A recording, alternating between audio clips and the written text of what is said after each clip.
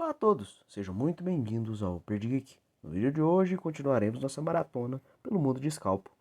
Bora pro vídeo?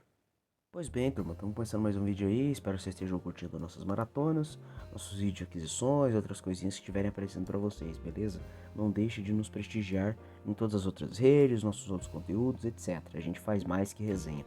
Antigamente eu fazia até curiosidades, mas como a demanda por resenhas aumentou e os materiais começaram a chegar mais rápido aqui em casa, né, graças a Deus, graças a vocês também pela moral, eu meio que deixei as curiosidades de lado, que serviam muito como uma forma de tapa-buraco, né, principalmente nas outras redes e tal.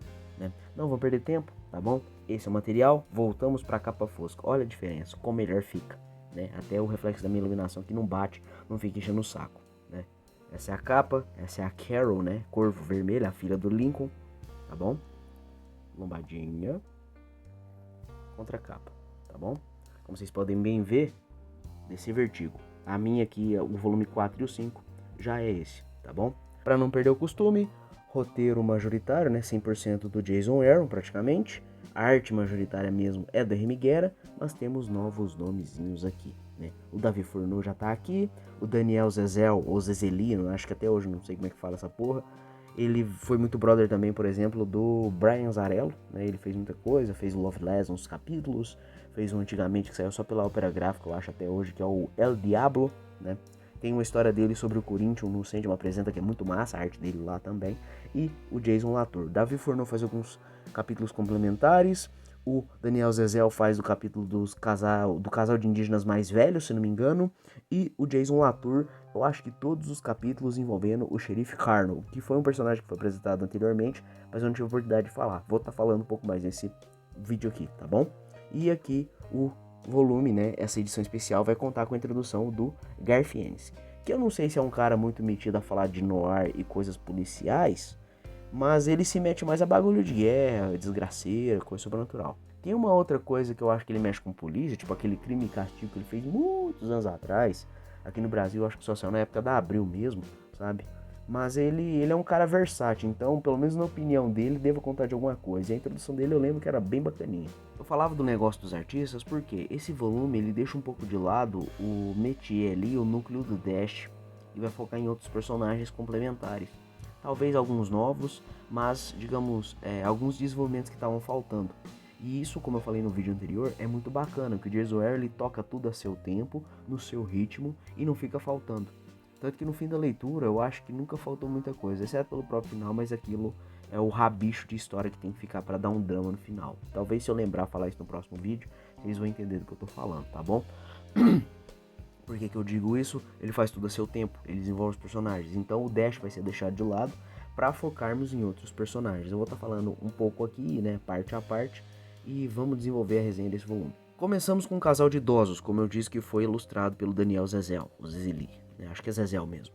Ele é um cara que tem uma arte muito bacana, recomendo que vocês acompanhem no Instagram, né? Tem muita coisa que ele posta lá que é legal. Eu lembro até hoje de uma arte do Corto Maltês que ele fez, que é muito massa. Esse casal de idosos, né, vai ser esse primeiro desenvolvimento. É um volume todo focado em personagens secundários, tá bom? Ele é mais lento por conta disso. Lento não tanto pela narrativa, mas lento pelo andamento das coisas, né?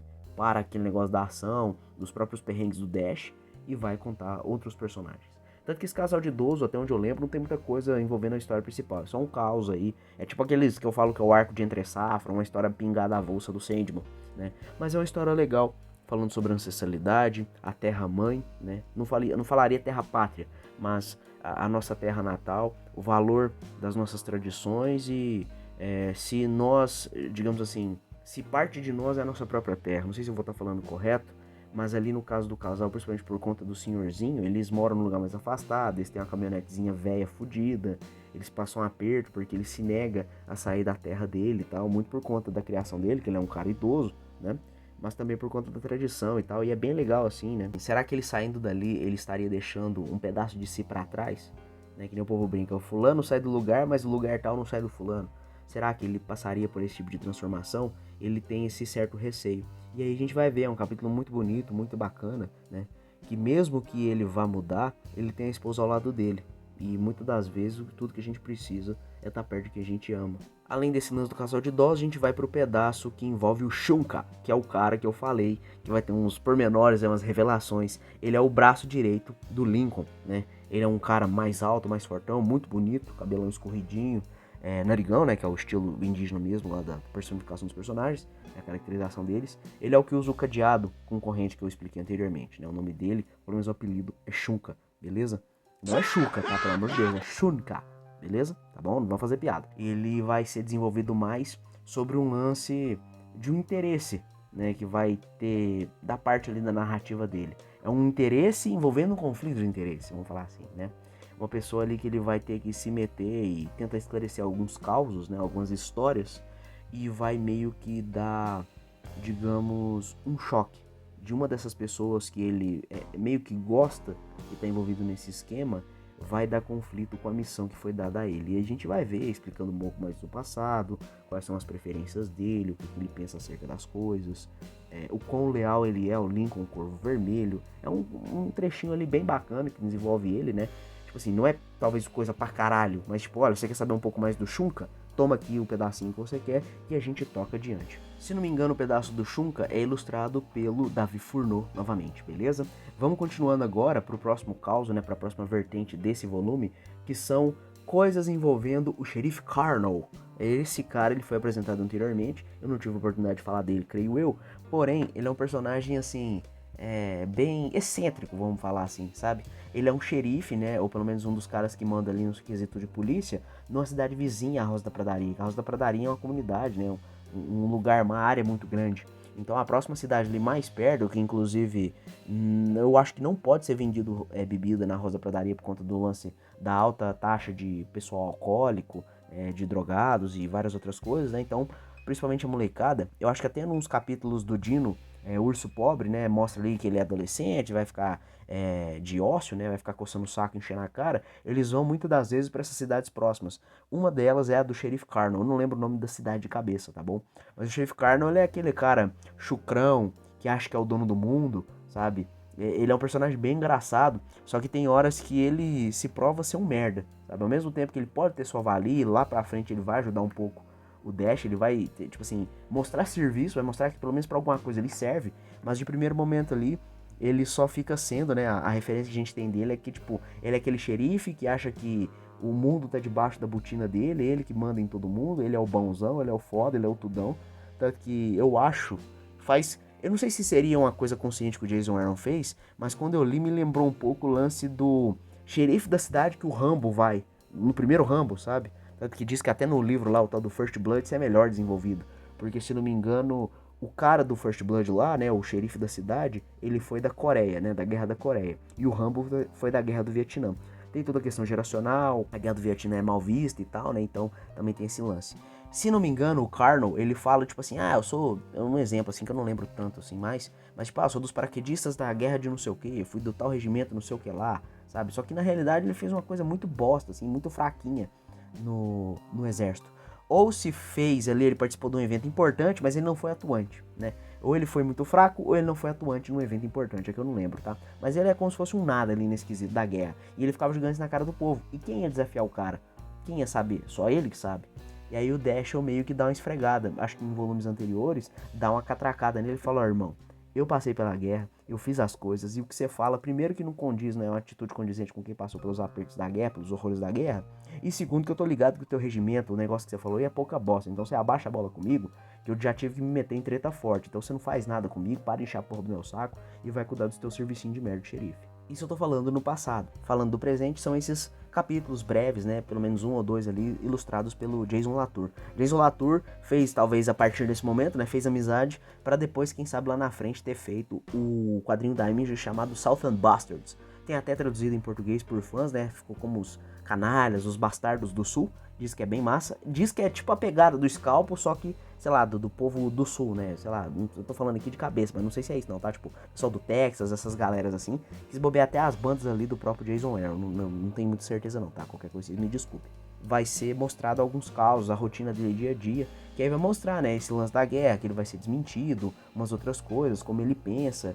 Ele é puto com o Dash por conta disso, sabe? Ele é um cara meio frustrado com certas coisas, o pessoal não leva ele muito a sério. Só que aí, como eu falei, lá na frente, não diria uma espécie de redenção, mas ele vai mostrar a que veio, ele vai ajudar o pessoal também. E aí nós teremos as duas últimas vertentes, que creio eu vão ser ilustradas pelo R. Miguera mesmo, tá bom? é, digamos, a segunda ascensão do detetive, do agente Nitz, que ele começa a descobrir umas paradas, ele começa a juntar umas partes ali, ele começa a ter moral novamente dentro do corpo ali, da seção dele do FBI, sabe? E é bacana que ele, tipo assim, ele fica de pau duro, ele fica boladão, não, vão pegar os caras, e não sei o que, porque as coisas começam, né, principalmente que esse é o quarto volume, é a vá, né, mas as coisas começam a se enveredar para um final. Ele começa a encurralar o Lincoln, começa a encurralar o próprio Dash, porque você meio que percebe, mas vai que o Nitz tem algum mínimo de palavra. Não, ele só quis usar o Dash a vida inteira para poder bater na Gina, desbaratar tudo e, se ainda possível, matar o Dash ou desfazer dele. E o Dash, coitado, ele é só um peão no interesse num jogo geral e, como eu disse até no vídeo anterior, né, no desejo sádico de fazer judiação e castigar ou qualquer tipo de rinha, de rusga que o próprio Nitz tinha com a família da Gina, com o pessoal do Lincoln, etc. E a última vertente narrativa desse capítulo, pessoal, vai ser o quê? O Dino Urso Pobre. Ele tá um pouco mais velho, um pouco maior, agora ele tem um tapa-olho no olho esquerdo, se não me engano, porque são consequências das cagadas que ele passou, de umas paradas de droga que ele andou vendendo. Acho que eu falei isso no volume 3, né, no volume 2, ele começou a se meter em outras paradas, que ele foi demitido do serviço de faxineiro do cassino do Lincoln, né, cor vermelho. E aí ele tá um pouco mais velho, tá um pouco mais sagaz, ele tá um pouco mais amargo. Que aí é o que eu falei do arco, né, da desenvolvimento do personagem, que ele começa como um moleque, só um vagabundinho qualquer, e ele vai indo, vai avançando, e no próximo volume, se eu conseguir lembrar, eu vou falar um pouco mais dele pra vocês, tá bom? E essa vertente que eu mostrando no volume 4 é como ele tá lidando com essa perda do olho, a rotina, o negócio dele com a própria avó, né? A vovó Urso Pobre é vó dele mesmo, eu acho, se não me engano. Porque ela é chamada de vovó por todo mundo, mas acho que no caso de família mesmo, ele é, né? É bem a situação dele, acho que isso mostra até em volumes anteriores, se eu não tive oportunidade de falar, eu vou falar agora. A família dele é uma merda, sabe? Eu acho, eu não sei se era um pai, se é um tio. Tem dois parentes que são obesos mórbidos. Tem o irmãozinho dele que é especial por conta, acho que o uso de droga na gravidez, ou cigarro e bebida, alguma coisa, sabe? O menino nasceu meio especialzinho assim, tadinho, meio PCD, sabe? E aí você vê que o cara, tirando pela avó dele, que é uma senhora muito ferrenha aos costumes indígenas, e uma pessoa ilibada de fato, né? Tanto que mais pra frente ela vai aconselhar e vai fazer umas coisas assim, que vão ser de grande ajuda, de muita valia pra Carol, né? No próximo volume, ou até no final desse, se não me engano, já tem alguma coisinha. A vovó Urso Pobre ali é a única que se mantém rígida e firme, porque o menino, tadinho, o mais novo é especial, não tem o que fazer. Os outros dois são obesos mórbidos, como eu disse, tipo, por relaxo, né? E muitas das vezes, até uma forma de pôr em circo que tinha um lance do alcoolismo dentro da própria Rosa da Pradaria. Então o moleque naquele lance, aí você pode até comparar no padrão brasileiro, que muitas pessoas argumentam, né? Tem gente que corrobora com isso, concorda, tem gente que discorda, né? Que é aquele negócio da superexposição e do incentivo ao crime, tipo funk, ostentação, umas outras coisas. Então a realidade da época, né, dos anos 2000 e poucos, e aquele negócio que o Dino foi exposto, ele quer ser alguém, ele quer ter dinheiro, ele quer não sei o que. E agora com ele mais velho, com o tapa-olho um pouco mais amargo, mostra nessa vertente dele agora como ele tá lidando com tudo e, digamos assim, maquinando os seus próprios planos para fazer uma breve ascensão, né, nem que seja uma mínima ascensão naquela comunidade criminosa, antes de vender a droga, de fazer suas gangues e tal. Não lembro exatamente se é entre um personagem secundário e outro, ou corre tudo junto e aí você tem que ir lendo para entendendo juntando, mas é bem palatável, é bem tranquilo, tá? Todos esses personagens secundários ainda têm direito a desenvolver o retorno, né, digamos assim, o 100% da reabilitação do Dash, tá bom? E não só isso, da Carol também, porque tem o lance da droga dos dois, mas o Dash tem que se aprumar das ideias para poder voltar ao plano do lance dele de derrubar o Lincoln, né? E a Carol, quem sabe agora, se não me engano, já a partir desse momento que começa a marcar mesmo o lance da suposta gravidez. Ela fica ensaiando, tipo, eu vou, não vou, sabe? Não sei se eu tô falando essa palavra que eu tô me complicando com o YouTube, mas é um negócio assim que traz uma densidade pra história, sabe? É um negócio meio barra pesada, porque os dois estão sofrendo tanto pela abstinência quanto pelos próprios dramas pessoais. E aí também, como se não bastasse, né? Vai fazer esse lance dos dois, mas ainda tem um rabichinho ali que a gente vai começar a descobrir, ou pelo menos já vai dar de cara, quem é que, né, quem foi o infeliz que matou a Gina Cavalo Ruim, a mãe do Dash. Não vou falar nada da arte, porque eu já tô comentando aos poucos, e nesse caso aqui eu comentei brevemente entre as vertentes, né, dos personagens, então eu vou dar pulando essa parte assim no geral. Mas é uma arte bacana, não foge nada, é bem tranquilo, o pessoal aqui, a média é bem mais alta, como eu disse no volume anterior, o Francisco eu achei meio paia, nesse aqui tá bem melhor. Principalmente o Daniel Zezel fazendo o capítulo do idoso, mesmo não tem nação nem porra nenhuma, mas eu gosto muito do estilão sujo que ele faz, né? Eu gostaria de ler um novo trabalho dele mais recente pra saber como é que ele tá. Depois eu vou dar uma pesquisada, ver como é que anda a narrativa gráfica dele, vamos falar assim, tá bom? Como eu disse mais pro começo do vídeo, se não me engano, é um vídeo aqui explicativo, mas o próprio volume, ele é mais lento, por conta de todo esse desenvolvimento, sabe? E não é chato, na minha opinião sincera, você tá tão inserido ali, você tá curtindo tanta narrativa, e aí se você realmente tá querendo procurar pelo em ovo, o próprio Jason Aaron deve ter pensado isso, não, peraí, tem alguns personagens, vamos começar a contar a vida deles, senão vai ficar em falta. E ele conta, né? Conta do casal, conta do Karnal, Carnal, né? Karnal é o careca lá, filósofo brasileiro. O Karnal, o Dino, o Nitz e o Shunka, né? E outro pessoal aí que posso ter esquecido. Então, assim, é um volume para botar o pé no freio, desenvolver, para daí agora, tudo desenvolvido, o que tiver faltando agora vai ser pro próximo volume e vai ser o quebra-pau, um dos mais fodas que a gente tem, sabe? Eu lembro muito dos capítulos de batida policial no primeiro volume e agora vai ter quebra-pau valendo no último, que aí vai ser, é uma expressão aí que eu não sei nem se eu posso falar mais no YouTube, porque, mas não é nada de errado, né? Mas eles vão pro pega pra capar, vou falar assim que talvez seja mais tranquilo, tá bom? E aí é tiroteio, é porrada, é sangue, voadora, é gente morrendo, vai ser foda pra caramba. Eu espero que vocês possam curtir o final da maratona aqui conosco, tá bom? Então fiquem com as artes aí, muito obrigado por ter assistido o vídeo até aqui e nos vemos na próxima, qualquer coisa que seja, um vídeo, um tutorial e tal, tá bom? Um beijo, um abraço, tchau, tchau.